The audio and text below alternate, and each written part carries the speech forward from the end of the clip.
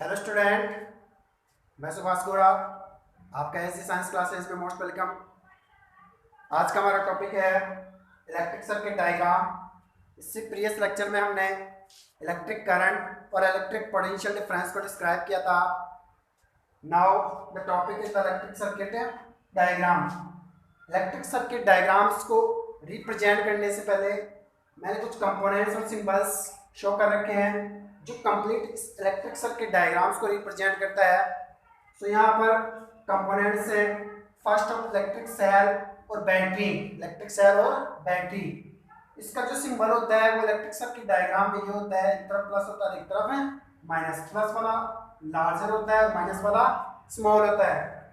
Second की switch, ये इसका रिप्रेजेंट सिंबल है, ये ओपन है और यहाँ पर ये क्लोज्ड स्विच और की। ये ओपन है, अगर यहाँ पर डॉट आती है तो ये क्लोज्ड है और अगर यहाँ पर डॉट नहीं आती तो ये ओपन की और स्विच है। थर्ड है इसका रेजिस्टेंस। रेजिस्टेंस का यहाँ ये साइन दे रखा है। रेजिस्टेंस है the property of wire which decrease the rate of electric current. Wire की ऐसी प्रॉपर्टी होती है जो इलेक्ट्रिक करंट की रेट को डिक्रीज करती है, वो आगे देखेंगे। इसका कंप्लीट है, इसका जो साइन दे रखा है सिंबल वो इस तरह से है। फोर्थ है वेरिएबल रेजिस्टेंस। वेरिएबल रेजिस्टेंस में रेजिस्टेंस की तरह एक एरो के ऊपर शो कर रखी है। Variable resistance is the part of resistance which change the resistance, it control the resistance. It means ये रेजिस्टेंस को चेंज करता रहता है, कम और ज्यादा करता रहता है, इसलिए इसका जो साइन दे रखा है वो बीच में एरो की फॉर्म में और दे रखा है। Next voltmeter. वोल्टमीटर के लिए वी आएगा, एक तरफ प्लस और एक तरफ है माइनस। ये वोल्टेज को रिप्रेजेंट करता है। ऐसे एमीटर है, एमीटर में एक तरफ प्लस और एक तरफ है माइनस, ये एम्पियर इलेक्ट्रिक करंट को रिप्रेजेंट करता है। नेक्स्ट इलेक्ट्रिक बल्ब है, इसका साइन दे रखा है यहाँ पर। So these are the components with symbols जो अपन इलेक्ट्रिक सर्किट डायग्राम में यूज किए गए हैं। Next electric circuit. सबसे पहले इलेक्ट्रिक सर्किट होता क्या है? The circuit which continuously flow of electric current. ऐसा सर्किट जो इलेक्ट्रिक करंट को कंटिन्यूअसली फ्लो करता है। इट मींस जैसे मान लो मैंने यहाँ पर स्विच को ऑन कर दिया, बैटरी को लगा करके यहाँ स्विच ऑन कर दिया, तो ये क्या करता है? कंटिन्यूअसली क्या करता है?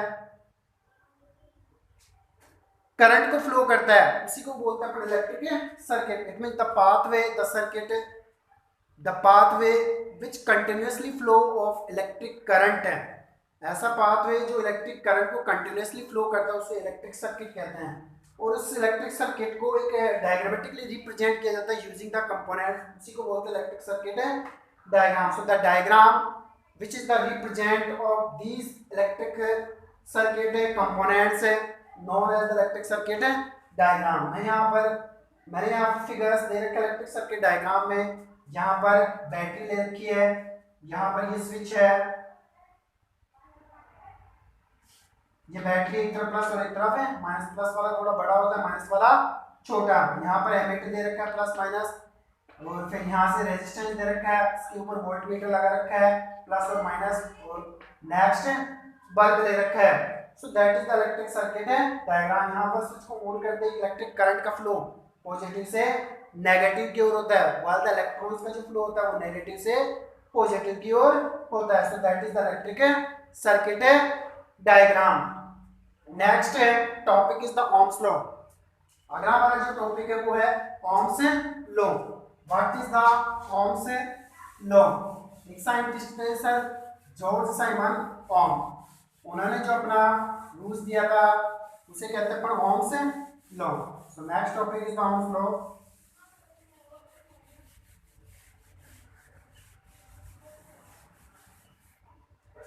अगला टॉपिक है हमारा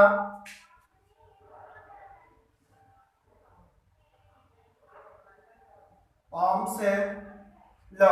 next topic is the Ohm's law. It is the represent by the scientist sir George Simon Ohm. Sir George Simon Ohm ने ये रिप्रेजेंट किया था। सो क्या होता है ओम्स लॉ?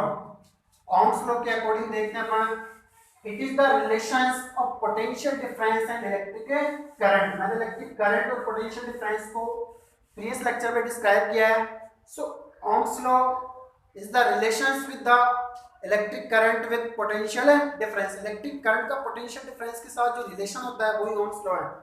इट मींस यहाँ पर दो चीजें आ रही है, first of potential difference and second of electric current. According to the constant physical condition of wire, अगर किसी वायर की कांस्टेंट फिजिकल कंडीशन है, जैसे वायर की लेंथ सेम होना चाहिए, क्रॉस सेक्शनल एरिया भी इक्वल होना चाहिए, प्लस टेम्परेचर प्लस प्रेशर, ये फिजिकल कंडीशन अगर कांस्टेंट है तो ओम्स लॉ वेरीफाई होता है। So Ohm's law is the relation with potential difference electric current in any electric conductor. किसी वायर किसी इलेक्ट्रिक कंडक्टर में ओम्स लॉ पोटेंशियल डिफरेंस और उसमें फ्लो होने वाले इलेक्ट्रिक करंट का रिलेशन होता है। So what is the Ohm's law? According to Ohm's law the potential difference of any electric conductor is the directly proportional of electric current। इसको समझना, according to Ohm's law कि किसी भी electric conductor का जो potential difference V क्या है, potential difference जो मैंने प्रीवियस लेक्चर में बताया। So potential difference of any electric conductor is the directly proportional of flowing current I using the same physical condition. अगर फिजिकल कंडीशन सेम है, temperature, pressure, length of wire, cross sectional area, उसकी मोटाई, लंबाई अगर same है तो ये verify होगा। सो ओम्स लॉ के अकॉर्डिंग क्या होता है, potential difference is the directly proportional of electric current. अगर इसके प्रोपोर्शनल है, इट मींस जैसे जैसे अपन पोटेंशियल डिफरेंस को इंक्रीज करेंगे वैसे वैसे इलेक्ट्रिक करंट फ्लो होगा। आपने वोल्टेज वाले सेल देखे हैं, 1.5 वोल्ट, 2 वोल्ट, 6 वोल्ट, 12 वोल्ट है, तो जितना ज़्यादा वोल्टेज इंक्रीज होएगा उतना ही करंट ज़्यादा फ्लो होएगा। It means these are the directly proportional. जैसे जैसे मैं वोल्टेज को इंक्रीज करूँगा वैसे वैसे करंट भी फ्लो होएगा। So according to Ohm's the potential difference of any electric conductor is the directly proportional flowing current in any electric conductor. Next इसको आगे सोल्व आउट करते हैं। V इज इक्वल, यहाँ क्या आएगा, I R। यहाँ पर प्रोपोर्शनल के साइन को रिमूव कर दे, क्या हुआ, V equals to I R। R क्या है यहाँ पर, R is the resistance, it is the constant value. जो मैंने बताया R क्या है, रेजिस्टेंस है, it is the constant value of electric conductor. Electric conductor constant value है, रेजिस्टेंस वायर की वो प्रॉपर्टी होती है जो इलेक्ट्रिक करंट के रेट को डिक्रीज कर देती है। So it is the resistance and it is constant, ये कांस्टेंट वैल्यू होती है। सो यहाँ पर R भी लगाना जरूरी है क्योंकि यहाँ पर किसी वायर के अंदर रेजिस्टेंस का भी यूज होता है। So V equals to I R, इसको इक्वेशन नंबर फर्स्ट। सेकंड है, अगर मैं यहाँ पर I निकालता हूँ तो I इक्वल्स टू क्या होगा, ये नीचे चला जाएगा तो V अपॉन R। और अगर मैं यहाँ पर R निकालता हूँ तो R इक्वल्स टू क्या होगा, V upon I। Equation first, equation second, equation third. V directly proportional of electric current, यहाँ प्रोपोर्शनल के साइन को हटाया, IR हो गया equation number first. R resistance है, वायर की प्रॉपर्टी होती है जो इलेक्ट्रिक करंट के रेट को डिक्रीज स्लो कर देती हैं। It is the constant value, constant value होती है। यहाँ पर अगर इलेक्ट्रिक करंट निकालते तो I निकालना तो R नीचे चला जाएगा तो V upon R, equation number second. और R निकालना तो R equals to V upon I, equation number third.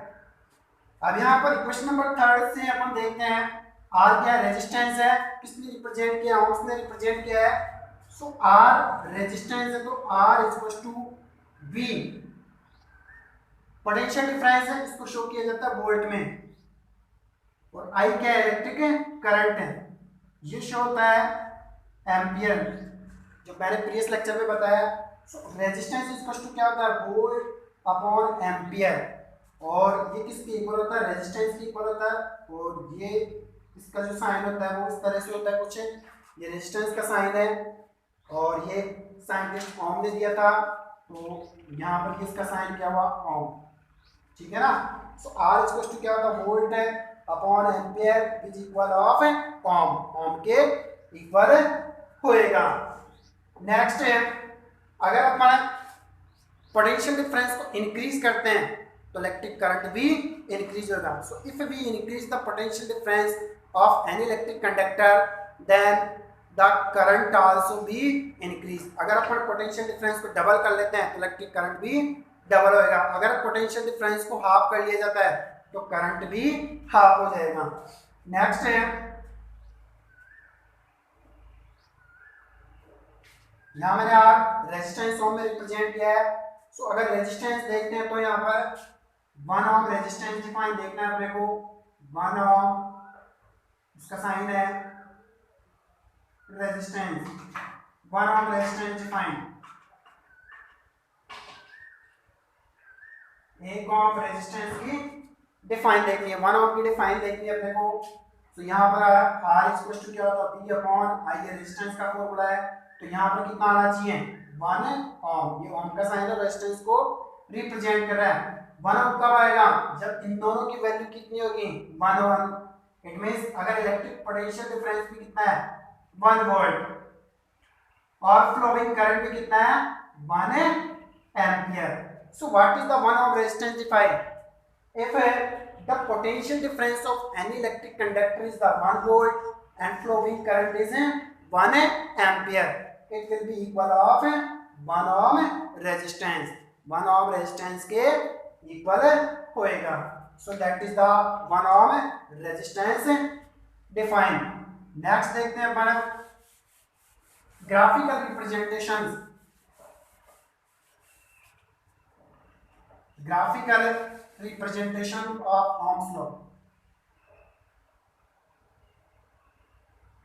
Graphical representation of Ohm's law। Ohm's law के ग्राफिकल रिप्रेजेंटेशंस को देखते हैं, ग्राफ में कैसे शो होता है ये। सो Ohm's law में मैंने बताया पोटेंशियल डिफरेंस और इलेक्ट्रिक करंट का रिलेशन, उसको ग्राफ के शो किया जाता है। यहाँ मैं ग्राफ शो कर रहा हूँ, it is the x axis, यहाँ इसको एक्स एक्सिस लिया और इसको वाई एक्सिस। यहाँ पर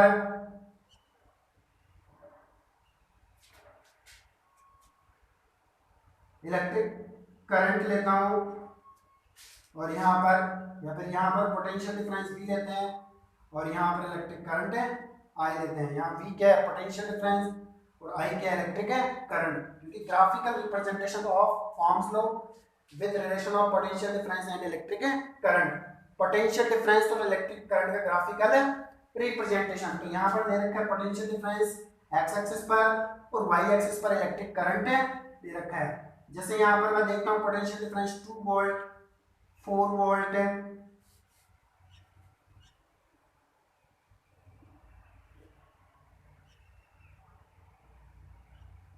2 वोल्ट,